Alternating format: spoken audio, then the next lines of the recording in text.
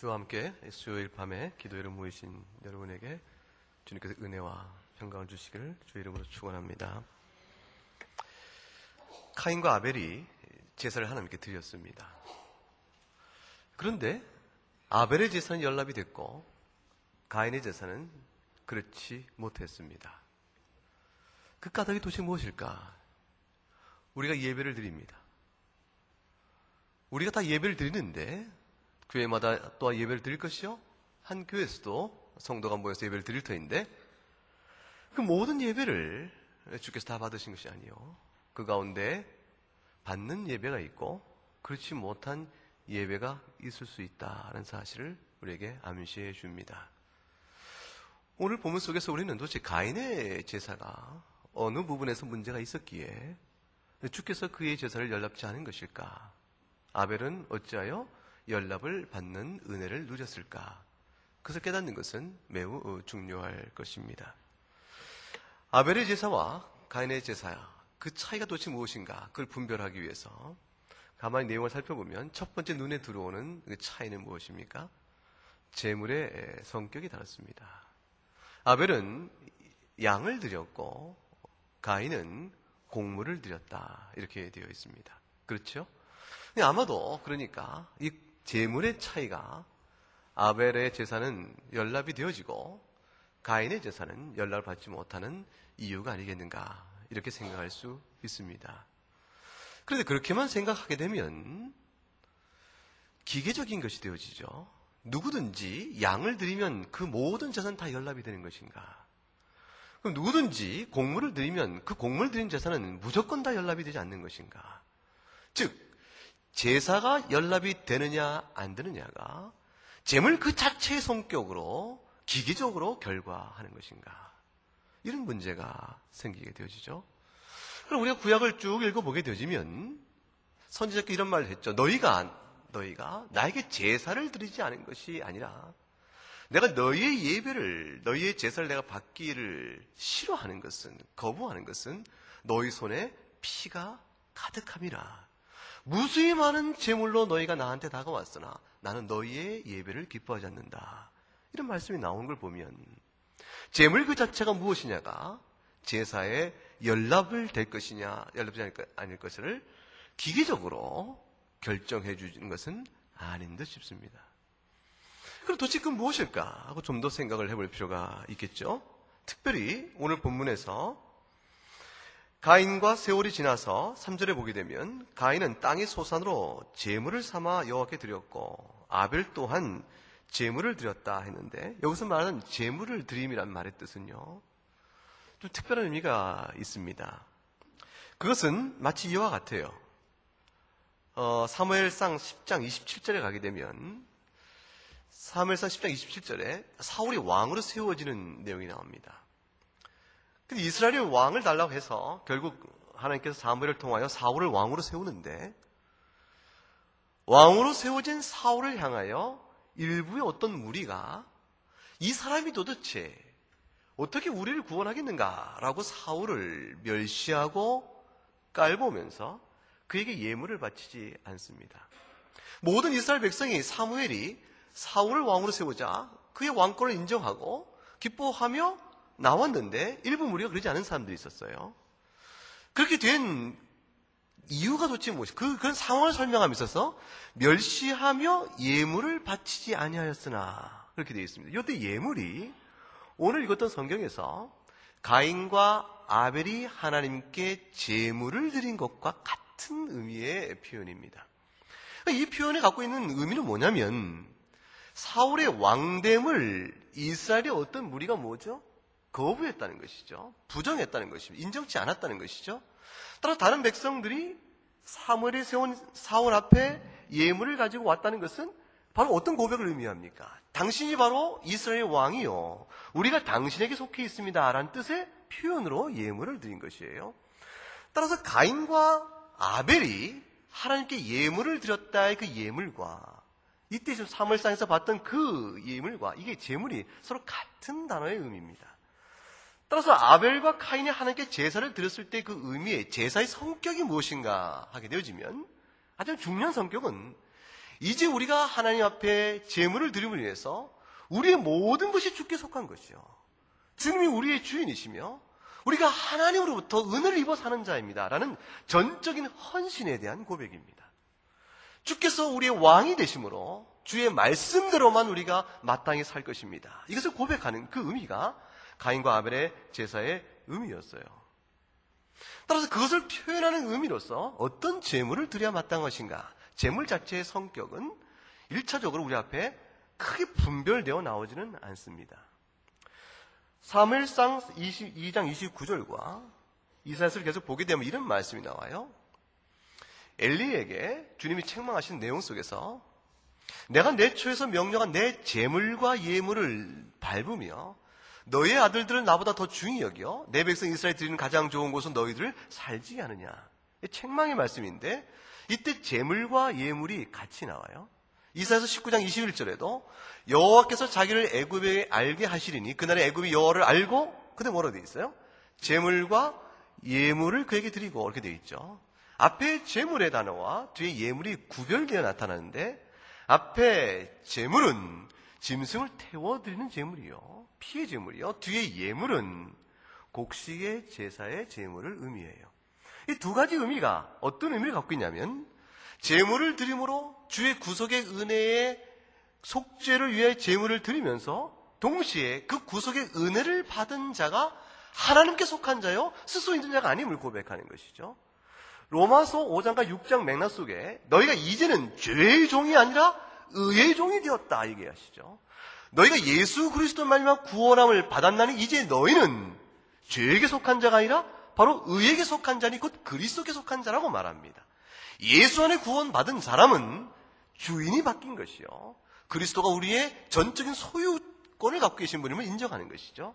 그런 의미에서 과연 주님은 나의 구주이시면서 동시에 주이십니다, 왕이십니다는 고백에 헌신적 의미의 제사가 있습니다. 에레미야 14장 12절에 보면 이 말씀이 나와요. 번제와 소제를 드릴지라도, 이렇게 되어 있죠. 번제와 소제는 그 제사의 형식의 뚜렷한 차이를 말해줍니다. 태우는 제사인가 곡식의 제사인가죠. 번제는 태우는 제사인 즉 곧 짐승을 태웁니다. 소제는 곡식입니다. 시편 20편 3절에 가게 되면 너희 모든 소제를 기억하시며 번제를 받아주시길 원하노라. 소제와 번제, 제사의 제물의 두 유형에 따라서 모든 제사를 하나님이 다 연락하신다고 설명이 되어 있습니다. 아모스서 5장 20절도 마찬가지예요. 너희가 내게 번제나 소제를 드릴지라도 어떤 제물로 나에게 다가오더라도 내가 받지 아니하겠다. 따라서 제물 때문에 너희 제사를 받지 않겠다는 것이 아니고 어떤 제물로 내게 다가와도 내가 받지 않을 것이라. 그 이유가 도대체 무엇일까? 이렇게 되어진 것이죠. 따라서 하나님께서 제물을 받느냐 안 받느냐라는 것은 그 제물 자체의 성격에 있는 것 같지는 않다, 이렇게 생각할 수 있습니다. 그럼에도 불구하고 그것에만 그치는 것이 아니라 조금 더 생각할 부분이 있습니다. 아벨과 가인의 제사가 어떤 차이가 있을까 싶었을 때 우리 히브리서 11장에 가게 되면 그 차이를 설명한 한 대목을 보게 되어집니다. 한번 읽어볼까요? 시작. 믿음으로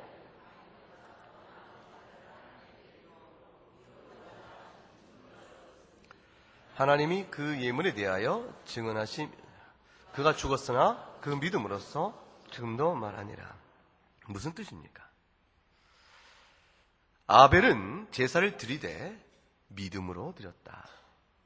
근데 그 믿음으로 드린 제사, 그 믿음 때문에 다른 것이 아니고 그 믿음 때문에 가인보다 아벨의 제사는 더 나은 제사라고 하나님께 인정을 받았다. 하나님이 바로 그 아벨이 제사 드릴 때 가졌던 그 믿음 때문에 하나님이 그 아벨의 예물을 칭찬하셨다.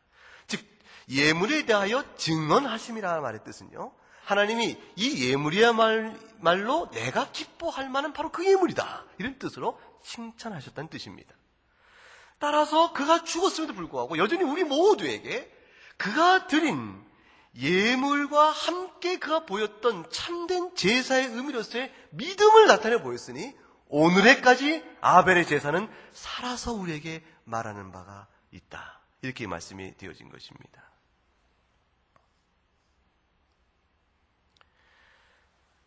아벨을 가리켜서 믿음으로 제사를 드렸으니 의로운 자라. 이렇게 하나님이 히브리서 11장에서 말씀하셨는데, 어떻게 타락하여 에덴에서 추방된 사람이 의로운 자가 될 수 있습니까? 어떻게 해서 그렇게 될 수 있죠? 부패하여 하나님께서 영원한 생명의 과실을 따먹지 못하도록 에덴 동산 내어 쫓아버렸는데, 접근하지 못하도록 불과 화염검으로 막아세웠는데, 더럽고 부패한 자요 주의 평강의 안식에 들어올 수 있는 자로 하나님 판결을 내리셨는데, 그 자가 어떻게 의로운 자가 될 수가 있겠습니까? 아담이 타락하여 더 이상 그 후손들에게 미쳐진 죄의 부패한 성품은 그 누구도 의로운 자로 하나님 앞에 설 수가 없습니다.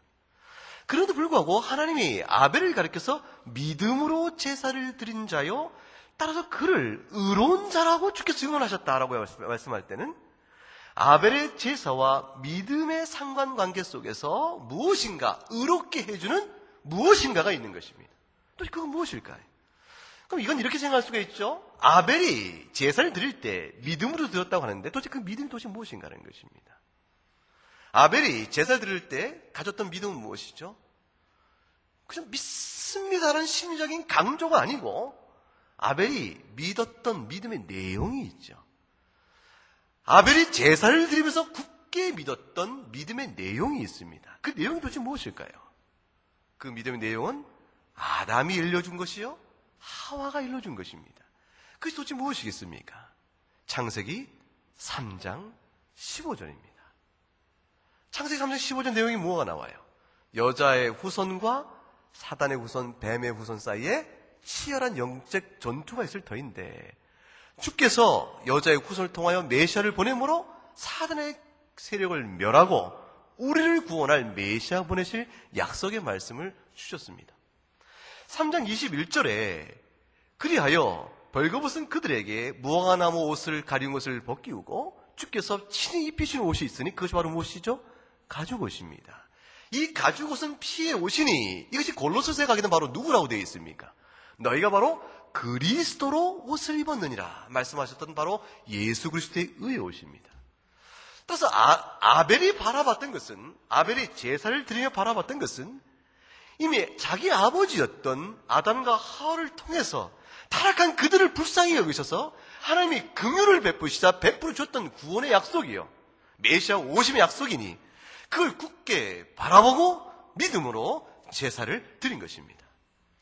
따라서 그 메시아 오심을 바라보고 제사를 드릴 때에 아벨의 제사는 그런 맥락에서 주께서 우리에게 구원하기 위해 이루실 피의 제사요, 피의 속죄를 바라보고 그런 의미에서 제물의 성격을 피의 제물로 드릴 수 있었을 것입니다. 그런 맥락에서 보게 되어지면 아벨은 양을 드림에 있어서 속죄의 피의 구속의 은혜를 바라보는 그런 믿음이 반영되어 있으므로 제물을 동물의 피요 양의 피로 제사를 드린 것이로되, 같은 부모 밑에 신앙의 양육을 받았으나 가인은 자신이 제사 드림의 믿음의 의미를 분별치 못하거나 은혜를 거절하거나 깨닫지 못하거나 또는 은혜의 약속을 멸시하여 임의로 제물을 선택하였다, 이렇게 볼 수도 있습니다. 그렇게 되어지면 믿음의 성격이 메시아 구속의 은혜를 바라본다고 했을 때 그들이 드리는 믿음의 제사는 제물을 피의 제물로 제사를 드렸어야 할 것이다 라고 생각해 볼 수 있습니다. 그렇게 보게 되어지면 가인의 제사가 연락되지 않은 것은 비록 곡식으로 제사를 드려도 하나님 연락하실 수 있음을 구약의 율법 안에서 보이셨지만, 지금은 그 율법이 반포되기 이전이므로 어떤 제물인지 하나님은 다 받을 수 있으되, 적어도 아벨과 가인이 하나님 앞에 제사를 드리고 나갈 때는 제사를 드리게 된 그 믿음의 근거가 예수 그리스도의 속죄에 있다는 사실을 생각해 볼 때 제물을 짐승의 피의 흘림의 제물을 드렸어야 마땅할 것이다, 이렇게 생각해 볼 수 있습니다. 그렇게 되어지면 아마도 가인의 제물을 주께서 받지 않은 까닭은 그가 양의 제사가 아니요 곡식을 임의로 드렸기 때문이라 라고 해석할 수도 있습니다. 근데 그것은 한 가지 제한이 있죠. 무엇이냐면 믿음으로 드리는 제사라면, 다시 말하면 메시아의 오심을 바라보는 그 믿음으로 들어가는 제사라면 반드시 피의 제사이어야 하는가? 라는 그 하나님의 명시적인 명령이 없는데 곡물을 드렸다고 해서 만일 카인이 그 창세기 3장 15절에 여자의 후손에 대한 복음과 가죽 옷을 입히는 메시아의 의의 옷을 소망하는 그 믿음을 가지고 곡물을 드렸을 때라도 하나님께서 받지 않으셨을까? 과연 그랬을까? 이렇게 생각해 볼 수도 있겠습니다. 여기까지 생각이 되어지면 우리에게 모아진 한 가지 핵심적인 제사의 연합의 차이가 벌어지는 가장 중요한 이유를 보게 되어집니다. 그것은 결국 무엇입니까? 믿음입니다. 어떤 믿음으로 주 앞에 제사를 드렸냐에 따라서 그 제사가 받을 만한 제사였는가, 그렇지 못했는가 확연히 구별이 되어집니다. 히브리서 11장 4절은 바로 이 점을 명확하게 짚어주고 있는 것이죠. 다시 한번 천천히 보세요. 믿음으로 아벨은 가인보다 더 나은 제사를 하나님께 드림으로 의로운 자라 하시는 증거를 얻었으니, 우리가 확신이 아닌 것이 하나가 있습니다. 그 믿음 때문에 제물을 양의 제물로 드릴 수도 있습니다. 그러나 그렇지 않을 수도 있는데 그 차이는 우리가 확실한 근거는 없지만 한 가지 분명히 아는 것은 무엇입니까? 믿음이라는 차이입니다. 믿음의 차이가 아벨의 제사는 하나님께 받을 만한 제사가 되어진 것이고 그 믿음에 대하여 가인의 제사는 그렇지 못하였으므로 받을 만한 제사가 되지 못하였습니다. 그러면 가인의 제사는 하나님 받을 만한 믿음이 없는 제사예요. 아벨의 제사는 하나님 받을 만한 믿음의 제사라는 그 근거를, 그 차이를 창세기 4장에서 우리가 어떻게 찾을 수가 있겠습니까? 히브리서 11장은 그것을 분명히 말해주고 있는데 창세기 4장에서는 그 차이를 우리가 어떻게 확인해 볼 수 있겠습니까? 한 가지 차이 찾아보면 이런 걸 찾아볼 수 있습니다. 4절을 한번 보세요. 4절. 창세기 4장 4절 이렇게 되어 있죠. 아벨은 뭐라고 되어 있어요? 자기도 그 다음에 뭘 드렸습니까? 양의 첫 새끼와 그 다음에 뭡니까? 그 기름으로 드렸다. 여러분, 아벨이 양은 양인데 그것은 뭐죠? 양의 첫 새끼를 골라서 드리고 그 기름으로 제물을 드림에 있어서 우리는 무엇을 생각할 수가 있습니까? 아벨이 하나님 앞에 나오는 데 있어서 그 제물을 매우 신중히 깊이 생각하여 선택하였으며 최상의 예물을 드리는 내적 자세가 있음을 이해할 수 있습니다. 아벨은 그렇게 드린 것입니다. 근데 가인은 어때요? 3절에 보면 가인은 그때 뭐로 되어 있습니까? 땅의 소산으로 제물을 삼아 드렸다 이렇게 되어 있습니다. 땅의 소산인 것은 일반적인 경우를 얘기합니다. 여러분, 레위기 2장 1절부터 16절을 보게 되면요, 곡물로 제물을 드린 경우라도 상당한 구별과 정성을 주님께서 요구하십니다. 레위기 2장 1절과 16절의 소재에 관한 내용을 보게 되면 첫째, 세 가지 정도의 곡식 제물의 성격이 나옵니다. 첫째는 고운 가루로 빻아 드려라 되어 있습니다. 두 번째는 만일 너희가 그 고운 가루 드리지 않고 화덕에 구워드리면 떡처럼 만들어 드릴 수가 있습니다. 고운 가루채에 드리거나 기름을 넣고 향을 쳐서 드리거나 아니면 화덕에 구워드리거나 아니면 첫 이삭의 소재를 드릴 때 볶아서 첫 이삭의 열매를 어떻게 찧어서 내어드리라고 말씀하고 있습니다. 즉 곡물로 제사를 드릴 때도 하나님 그 제물을 나옴에 있어서 상당한 분별과 구별을 요구하시는 것이요, 최상의 제물을 드리기를 요구하는 것이요, 그 최상의 예물을 가르는 내면 안에서의 하나님을 향한 겸손과 우리의 모든 것을 주 앞에 내어드리는 헌신을 담아드리기를 주께서 원하신 것입니다. 거기 비춰볼 때 아벨과 가인의 제사는 제물의 성격이 무엇이나 관계없이 일단 드러나고 있는 믿음의 내면적 태도는 무엇이냐면, 아벨은 최상의 것으로 정성을 드린 것이요, 가인은 결코 그렇지 못하였다. 이걸 알 수가 있습니다. 제사를 안 드리고 드린 것이 아닙니다. 제사를 같이 드렸으나 하나는 진정으로 드린 것이요, 하나는 뭐죠? 형식으로 드린 것입니다. 하나는 진심으로 드린 것이요, 하나는 무엇이죠? 외식으로 드린 것입니다. 하나는 마음으로 주 앞에 경배하여 드린 것이나, 하나는 무엇입니까? 입술로만 드렸을 뿐인 것입니다. 여러분, 주님께서 이 땅에 계셔서 교회의 타락을 지적하시면서 하신 말씀 기억나세요? 마가복음 7장 6절에 가면 이렇게 얘기가 되어 있습니다. 읽어보십시다. 가라사대 이사야가 너희 외식하는 자에게 대하여 잘 예언하였도다. 기록하였을 때 이 백성이 뭐라고요? 입술로는 나를 공경하되 마음은 내게서 멀도다. 공경이 예요, 종교성이 없는 것이 아닙니다. 종교의 행위를 아는 것이 아니고 종교인이 아닌 것이 아닙니다. 가인이 불량자요, 폐륜하여 비도덕한 사람이요, 타락한 사람이요, 부패한 자로서의 악한 성정을 가진 자로 나타나고 있는 것이 아니고, 그가 부모의 규례 안에 가정에서 교회를 세워서 부모의 교훈대로 함께 제사를 드리는 종교성을 나타내 보이는 사람으로 주 앞에 서 있습니다. 가인은 하나님께 제사를 드리지 아니하고 임의로 방자의 폐륜적으로 사니 하나님이 그를 벌하셨다, 이렇게 된 것이 아니고, 가인도 주 앞에 제사를 드렸고 아벨도 드렸으나 하나님이 가인의 예물을 받지 아니하였다.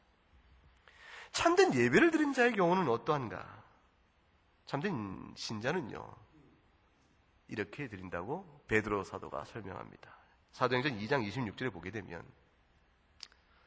오순절 성령 강림 이후에 예수 그리스도에 인한 복음의 기쁨을 설교하면서 베드로 사도는 다윗의 시편 16편을 인용합니다. 그리고 바로 이 대목을 그대로 집어냅니다. 그러므로 내 마음이 기뻐하였고 내 입술도 즐거워하였으며 육체도 희망에 거할 것이다. 참된 예배자는요, 입술로 주를 찬양할 뿐 아니라 그 입술로 담는 찬양이 그 심령 중심에서 기쁨으로 차올라 진정한 고백을 드리게 되어진다. 그것을 고백합니다. 다윗이 어떠한 상황 안에서 무엇을 바라봤기 때문에 그 마음이 그토록 기뻤고 혀가 그토록 찬양을 하였을까? 그것은 사도행전 2장 25절과 27절, 28절 보면 나옵니다. 즉 이건 다윗의 시편 16편의 그 앞뒤절을 인용한 것인데, 다윗이 그를 가리켜 이르되 내가 항상 내 앞에 계신 주를 배웠으며 나로 요동하지 않기 위하여 그가 내 우편에 계시도다. 이게 무엇인지 아세요? 굉장히 유명한 구절이에요.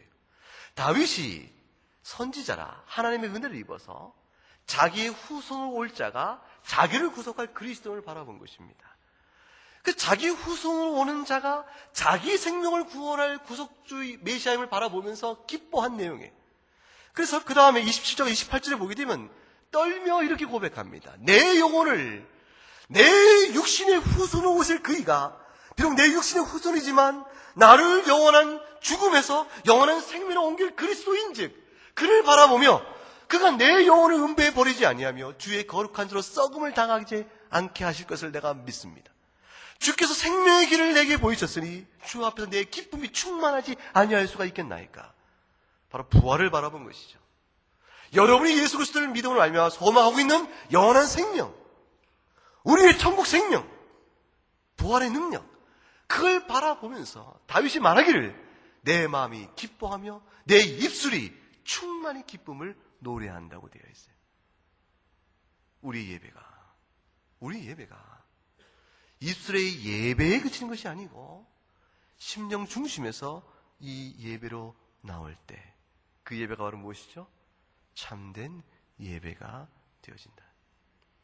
결국 예배의 진정성은 하나로 압니다. 사랑하는 교우 여러분이 예배 중에 산만할 수 있죠. 잠시 딴 생각할 수 있죠. 집에 있는 일이 걱정되기도 하고, 오늘 아침에 본 드라마 생각나도 할 거고, 어제 봤던 것은 더욱더 생각날지 모르고, 여러 가지 생각이 날 거예요. 그래서 예배 중에 집중하여 찬양하고 기도하고 설교 듣는 일, 1시간이 우리에게 고도의 집중력을 요구하는데 1시간 내내 주님만을 집중했다, 이렇게 되기가 쉽지 않습니다. 굉장한 훈련이 필요합니다. 특별히 설교 시간에는 조금만 길어지면 잡념이 들어오죠. 보세요. 우리가 집중력에 있어서 하나님의 예배의 진정성에 실패할 수 있습니다. 훈련이 필요합니다. 그런데 그럼에도 불구하고 여러분 예배가 참된 예배일 수 있는 한 가지 이유가 있습니다. 여기에 실패하면 아무리 집중해도 거짓이요. 여기서 성공하면 여러분이 혹 의식을 놓쳐버려서 예배의 집중을 잃어버린 때가 꼭 있다 할지라도 여러분 예배는 참된 예배일 수가 있습니다. 그것이 무엇일까요? 그것이 무엇일까요? 예배를 드리는 까닭입니다. 여러분이 왜 이 수요일 밤에도 이 자리에 나오십니까? 주님 앞에 여러분이 내어드리는 정성의 공로와 가치를 인정받고 나오면 여러분 그 예배는 처음부터 헛것입니다. 오직 한 가지 이유로 드리는 사람, 그게 참된 예배인데 그것은 뭡니까? 아벨이 그런 것처럼 자기 부모의 과실 때문에 부패하여 영원한 죽음에 있게 되었으나 우리를 향하여 불쌍히 여기셔서 여인의 후손과 의의 옷으로 우리를 입히실 메시아의 약속을 주셨던 그 주님, 그 주님을 바라보면서 마음에 넘치는 다윗의 고백처럼 기쁨과 영원한 생명에 대한 환희가 차서 감사로 주 앞에 내어드리는 예배만이 참된 예배입니다. 여러분 감사로 예배로 나오십니까? 오직 하나님 앞에서 내 받은 은혜를 어찌할꼬? 내가 주 앞에 받은 영원한 기쁨과 구원을 무엇으로 보답할 것인가? 무엇을 이것을 주 앞에 내어드리며 표할 것인가? 예배로 그 기쁨을 가지고 그 감사에 대한 환희로 나오면 여러분 예배의 동기와 예배는 진정한 예배가 되어집니다. 네, 여러분 묻겠습니다. 여러분이 과연 그렇게 예배 드리는지 아닌지를 어떻게 압니까? 내가 알죠. 내 마음은. 내 마음이 그렇다니까요. 내가 알죠. 스스로 얘기할 수 있겠죠. 그럼에도 불구하고 우리가 우리 마음을 다 압니까? 그런데 하나님은 아시겠죠. 그리고 자기 자신이 그 다음에 제일 잘 알겠죠. 그런데 저도 여러분을 알 수 있는 길이, 방법이 있습니다. 여러분이 아무리 마음을 옷을 몇 개로 꽁꽁꽁 입고 감추어도 저는 한눈에 여러분이 진정한 예배를 드리냐 아니냐를 알 수 있는 비법을 갖고 있다고요. 겁이 나시죠? 저는 그런 말 하는 사람 제일 싫어했어요. 사람 마음을 꿰뚫어 본다 이런 말 하는 사람 너무너무 싫어했어요. 근데 아는 수가 있다니까요. 제가 그걸 알려드릴 테니까 지금 여러분들 스스로 잘 보세요. 그래서 뭐냐면 하나님 앞에서 60평생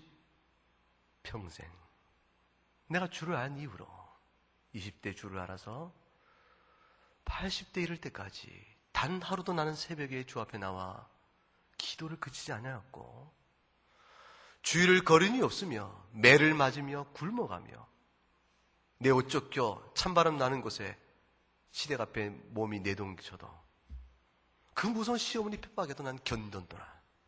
그럼 내가 이 주 앞에 예배를 그치지 않았다. 주의 몸된 교회에서 내가 헌신을 아끼지 않았다. 돌아보니 주님이 내게 주신 것이 무엇이냐? 내 인생이 주 앞에서 받은 게 도대체 무엇일까? 지긋지긋한 인생, 남편은 어찌하여 그런 사람 만나서 이 고생을 했고 자식들 하나 변변이 된 놈이 없다. 주님이 나를 위하여 하신 일이 도대체 무엇인고? 원망과 불평이 나오기 시작해요. 주 앞에서 마음이 틀어지기 시작할 때 그때 이미 자신들의 예배는 첫 단추부터 잘못 끼어진 것입니다. 감사로 예배를 드린 사람은 자신이 주 앞에 나와 행한 모든 헌신과 예배와 섬김이 어떤 의미와 가치와 공로를 부여해서 하나님 앞에서 이 일로 인하여 내가 어떤 권리나 내가 주 앞에 무엇인가를 요구할, 기대할 만한, 딱 그것을 이루지 않으면 하나님은 나쁜 분이요, 나는 피해자요, 억울한 자가 되어지는, 희생자가 되어지는 그런 관계 속에서 주 앞에 나오는 예배는 처음부터 잘못된 예배입니다. 기독교의 예배가 저 보은사에서 드리는 예불과 무엇이 다른가? 예불은 지성을 쌓아가는 것이요, 하나님께 나오는 참된 예수 그리스도의 예배는 받은 은혜를 감사하며 나오는 것입니다. 그것이 전면적인 차이입니다. 카인은 견딜 수가 없었습니다. 보세요.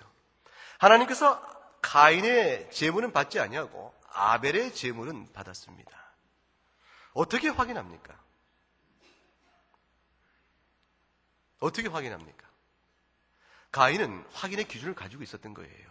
그게 뭡니까? 가만히 보니까 아벨은 잘 되고 자기는 좀 안 돼요. 그럼 뭐가 됩니까?